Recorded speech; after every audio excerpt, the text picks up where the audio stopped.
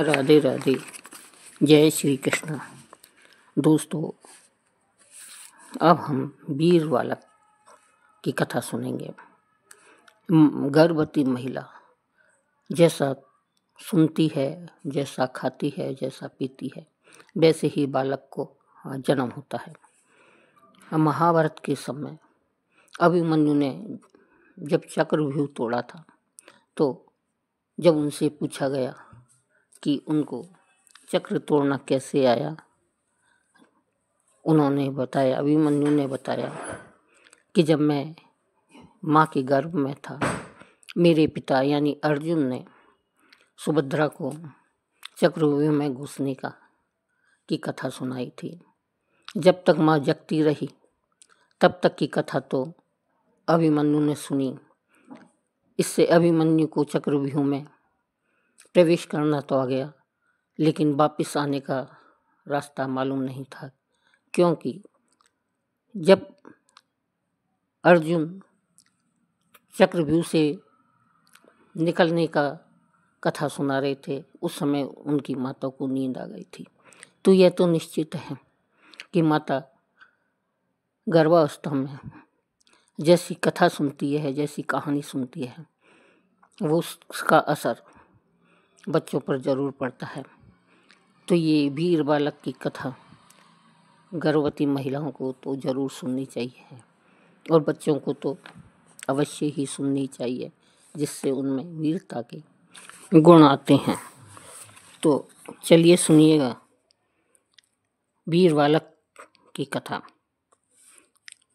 सबसे पहले हम प्रणवीर बालक प्रताप की कथा सुनेंगे। महाराणा प्रताप का जन्म सन 1540 ईस्वी में हुआ था।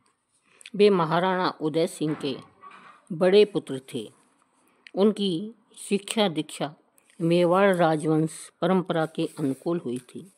अस्त्र शस्त्र, सेना संचालन, मृगा तथा राज्य उचित प्रबंध की दक्षता उन्होंने बाल्यावस्था में ही पूर्ण रूप से प्राप्त कर ली थी। राणा उदय सिंह अपने छोटे पुत्र जगमल को बहुत प्यार करते थे और उन्हीं को अपना उत्तराधिकारी घोषित करने का उन्होंने निश्चय कर लिया था।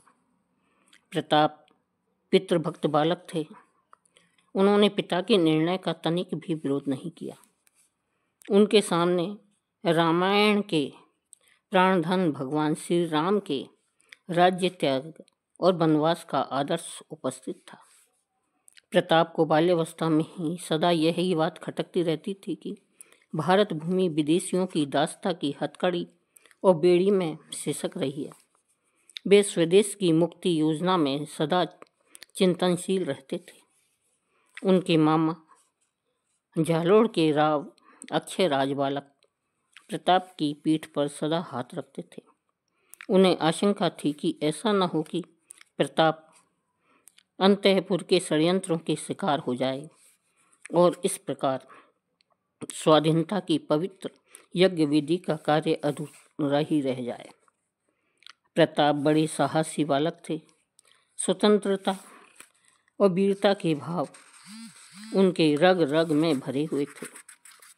कभी कभी बालक प्रताप घोड़े की पीठ से उतरकर उनकी श्रद्धा और आदर से महाराणा कुंभ के विजय स्तंभ की परिक्रमा कर तथा मेवाड़ की पवित्र भूमि पर धूलि का मस्तक लगाकर कहा करते थे कि मैंने वीर छत्राणी का दुग्ध पान किया है। मेरे रक्त में महाराणा सांगा का ओज प्रवाहित है।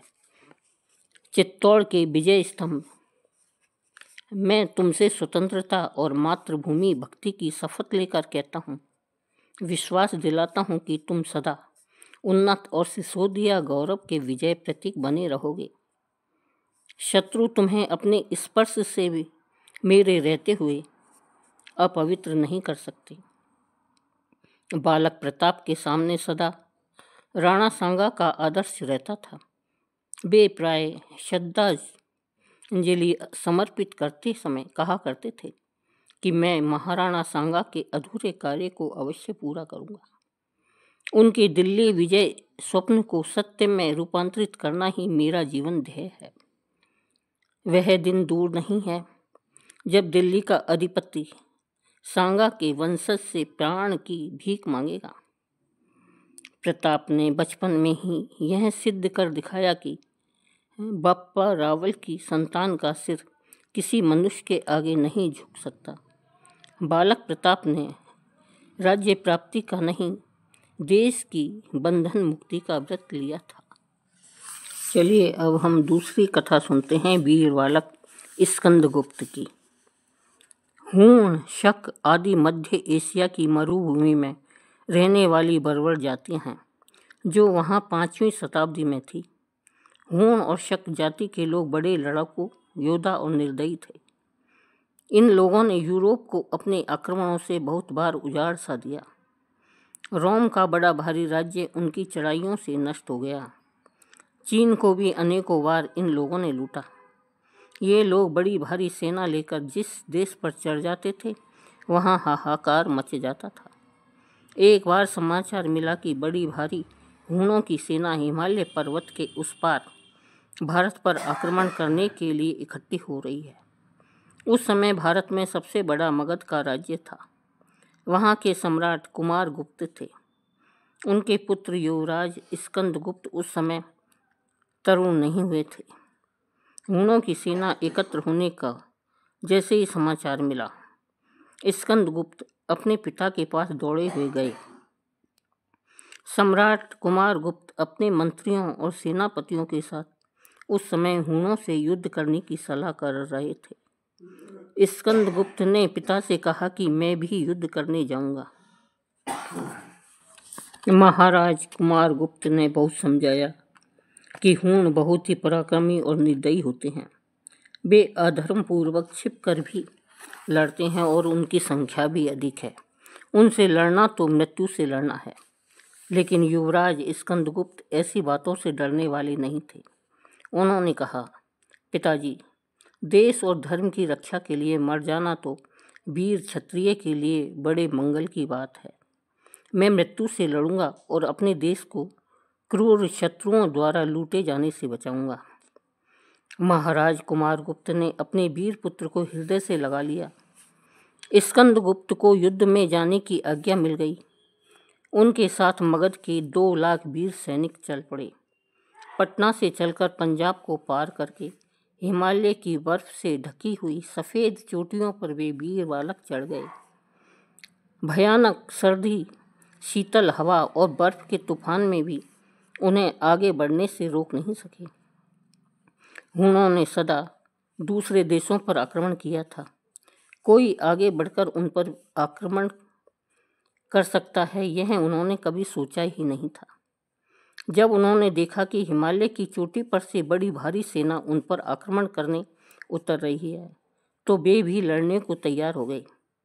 उन्हें सबसे अधिक आश्चर्य यह हुआ कि उस पर्वत से उतरती सेना के आगे एक छोटी अवस्था का बालक घोड़े पर बैठा नंगी तलवार लिए शंख बजाता आ रहा है। वे थे युवराज स्कंदगुप्त। युद्ध आरंभ हो गया। युवराज स्कंदगुप्त जिधर से भी निकलते थे शत्रुओं को काट काट कर ढेर कर देते थे। थोड़ी देर के युद्ध में ही हूणों की हिम्मत टूट गई। वे लोग इधर उधर भागने लगे। पूरी हूण सेना भागकर खड़ी हो गई। शत्रुओं पर विजय प्राप्त करके जब युवराज स्कंदगुप्त फिर हिमालय को पार करके अपने देश में उतरे, उनका स्वागत करने के लिए लाखों मनुष्यों की भीड़ लगी। वहां पहले से ही खड़ी हुई थी। मगध में तो राजधानी से 5 कोस तक का मार्ग सजाया गया था। उनके स्वागत के लिए पूरे देश में उस दिन उत्सव मनाया गया। यही युवराज स्कंदगुप्त आगे जाकर भारत के सम्राट हुए। आज के ईरान और अफगानिस्तान तक इन्होंने अपने राज्य का विस्तार कर लिया था। इनके जैसा पराक्रमी वीर भारत को छोड़कर दूसरे देश के इतिहास में मिलना कठिन है। इन्होंने दिग्विजय करके अश्वमेध यज्ञ किया था। वीर होने के साथ साथ ये बहुत ही धर्मात्मा, दयालु और न्यायी सम्राट थे। अब कथा आती है वीर बालक चंड की। चित्तौड़ के राज सिंहासन पर उस समय राणा लाखा विराजमान थे। अपने पराक्रम से युद्ध में दिल्ली के बादशाह लोदी को उन्होंने पराजित किया था। उनकी कीर्ति चारों ओर फैल रही थी। राणा के पुत्रों में चंड सबसे बड़े थे और गुणों में भी सबसे श्रेष्ठ थे। जोधपुर के राठौर नरेश रणमल जी ने राजकुमार चंद के साथ अपनी पुत्री का विवाह करने के लिए चित्तौड़ नारियल भेजा। जिस समय जोधपुर से नारियल लेकर ब्राह्मण राजसभा में पहुंचा, राजकुमार चंद वहां नहीं थे। ब्राह्मण ने जब कहा कि राजकुमार के लिए मैं नारियल लेकर आया हूं, तब परिहास में राणा लाखा ने कहा, मैंने तो समझा था कि आप इस बूढ़े के लिए नारियल लाए हैं और मेरे साथ खेल करना चाहते हैं। राणा की बात सुनकर सब लोग हंसने लगे। राजकुमार चंद उसी समय राजसभा में आ रहे थे। उन्होंने राणा के शब्द सुन लिए थे। बड़ी नम्रता से उन्होंने कहा, परिहास के लिए ही सही, जिस कन्या का नारियल मेरे पिता ने अपने लिए आया कह दिया, वह तो मेरी माता हो चुकी। मैं उसके साथ विवाह नहीं कर सकता। बात बड़ी विचित्र हो गई। नारियल को लौटा देना तो जोधपुर के नरेश तथा उनकी निर्दोष कन्या का अपमान करना था और राजकुमार चंद किसी प्रकार यह विवाह करने को तैयार नहीं होते थे। राणा ने बहुत समझाया, परंतु चंद टस से मस नहीं हुए।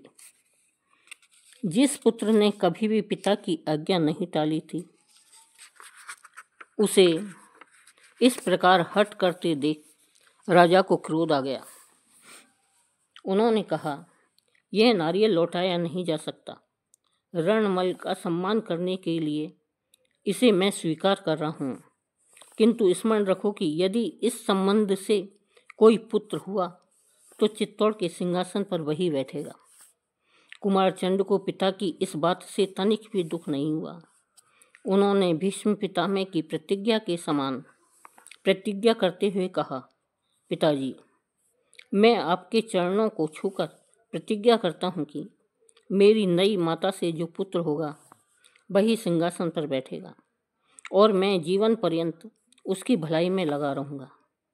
राजकुमार की प्रतिज्ञा सुनकर सब लोग उनकी प्रशंसा करने लगे। 12 वर्ष की राजकुमारी का पाणी ग्रहण संस्कार 50 वर्ष के राणा लाखा ने किया। इस नवीन रानी से उनके एक पुत्र हुआ, जिसका नाम मुकुल रखा गया। जब मुकुल 5 वर्ष के थे, तभी गया तीर्थ पर मुसलमानों ने आक्रमण किया। तीर्थ की रक्षा के लिए राणा ने सेना सजाई। इतनी बड़ी पैदल यात्रा तथा युद्ध से जीवित लौटने की आशा करना ही व्यर्थ था। राजकुमार चंद से राणा ने कहा, बेटा, मैं तो धर्म रक्षा के लिए जा रहा हूँ। तेरे इस छोटे भाई मुकुल की आजीविका का क्या प्रबंध होगा? चंद ने कहा, चित्तौड़ का सिंहासन इन्हीं का है। राणा नहीं चाहते थे कि 5 वर्ष का बालक सिंहासन पर बैठाया जाए। उन्होंने चंद को अनेक प्रकार से समझाना चाहा, परंतु चंद अपनी प्रतिज्ञा पर स्थिर रहे। राणा के सामने ही उन्होंने मुकुल का राज्याभिषेक किया और सबसे पहले स्वयं उनका सम्मान किया। राणा लाखा युद्ध के लिए गए और फिर नहीं लौटे। राजगद्दी पर मुकुल को बैठाकर चंद उनकी ओर से राज्य का प्रबंध करने लगे। उनके सुप्रबंध से प्रजा प्रसन्न एवं संपन्न हो गई। यह सब होने पर भी राजमाता को यह संदेह हो गया कि चंद मेरे पुत्र को हटाकर स्वयं राज्य लेना चाहते हैं। उन्होंने यह बात प्रकट कर दी। जब राजकुमार चंद ने यह बात सुनी, तब उन्हें बड़ा दुख हुआ। वे राजमाता के पास गए और बोले, माँ, आपको संतुष्ट करने के लिए चित्तौड़ छोड़ रहा हूँ, किंतु जब भी आपको मेरी सेवा की आवश्यकता हो, मैं समाचार पाते ही आ जाऊँगा। चंद के चले जाने पर राजमाता ने जोधपुर से अपने भाई को बुला लिया।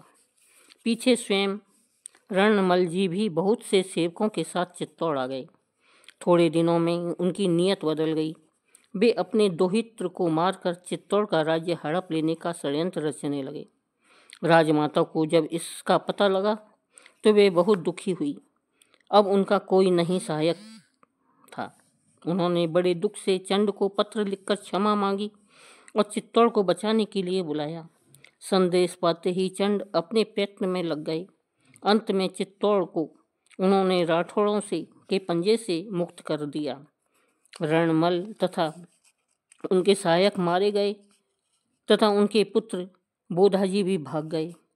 कुमार चंद आजीवन राणा मुकुल की सेवा में लगे रहे।